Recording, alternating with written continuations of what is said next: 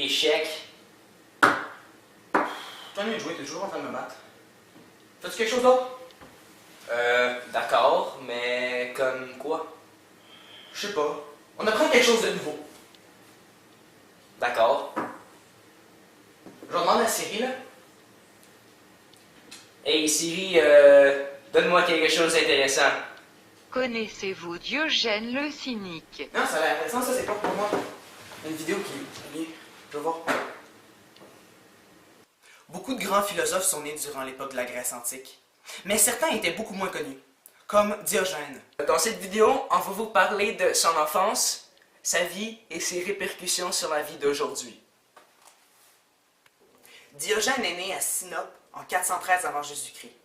On peut dire qu'il a eu une enfance très difficile. Chérie, j'ai échappé le bébé. Non, pas difficile comme ça. Non, en fait, je vais vous expliquer.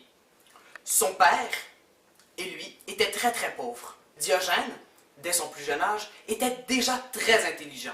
Il incita donc son père à créer de la fausse monnaie.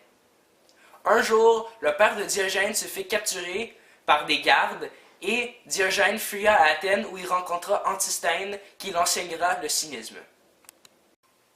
Je t'enseignerai le cynisme, jeune apprenti. Ce ne fut pas long avant que Diogène devint un maître dans l'art du cynisme. Mais il commença réellement à pratiquer le cynisme lors d'un certain événement avec un enfant.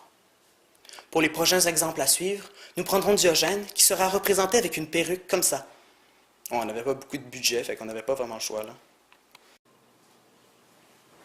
Who can say where the road goes, where the day flows, only time.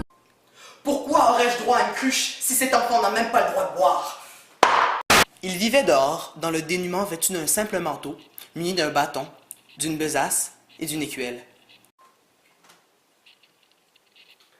Diogène est reconnu pour plusieurs phrases qu'il a dites qui étaient célèbres, notamment celui qu'il a dit à Alexandre le Grand. Nomme-moi quelque chose que tu voudrais. Ôte-toi de mon soleil!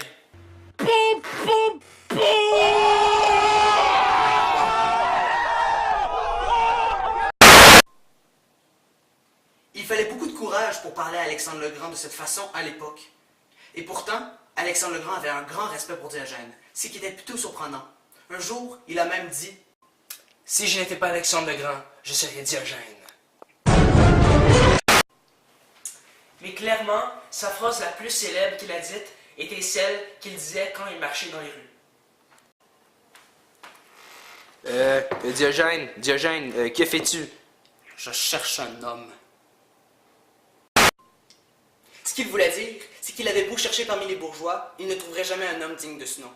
C'était une façon de critiquer la société à cette époque. En 327, Diogène mourut. La cause est inconnue, mais la plus probable serait celle d'une morsure de chien.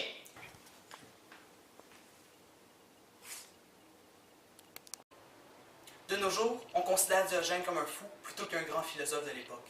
Son legs est très minable. Diogène a inspiré beaucoup d'écoles de pensée à son époque, mais aujourd'hui on peut dire que son legs a plutôt disparu, étant donné que nous vivons dans une société de surconsommation avec des produits que nous n'avons même pas besoin. Par exemple, un chapeau de papier de toilette. Qui a besoin d'un chapeau papier de toilette?